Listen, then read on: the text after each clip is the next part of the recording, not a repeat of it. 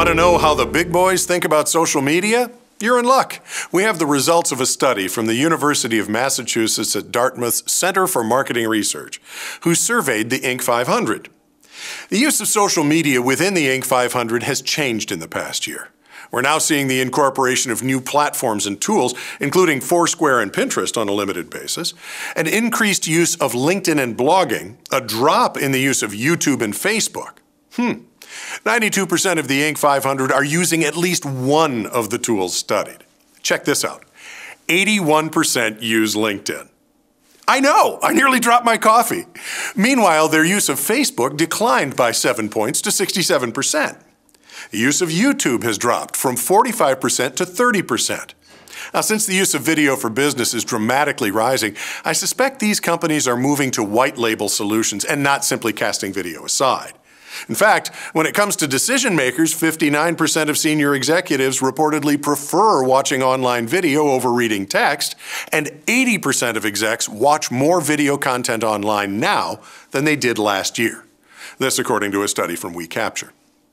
The data indicates that blogging, with its unique qualities of being locally owned and operated, free from restrictions of length and content, and a great platform to establish thought leadership, is gaining in favor.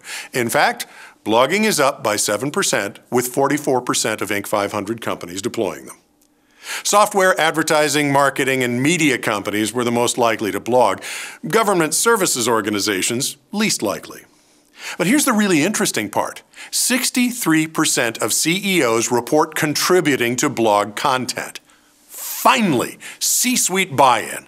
This is really good, as blogging allows a company to both share the messages they want the world to see and also allows the website to be more dynamic, which gives people a reason to visit more than once. We found that many companies who don't blog are a bit stuck regarding their blog content. One company we're working with kept telling us they really didn't have any stories to tell.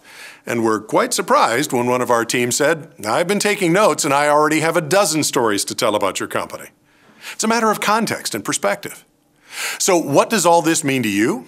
Well, looking at what rather large companies are doing can offer some insight into what you might do. The Fortune 500 rely on LinkedIn, Twitter, Facebook, video, and blogging. Notice they aren't chasing the shiny new thing.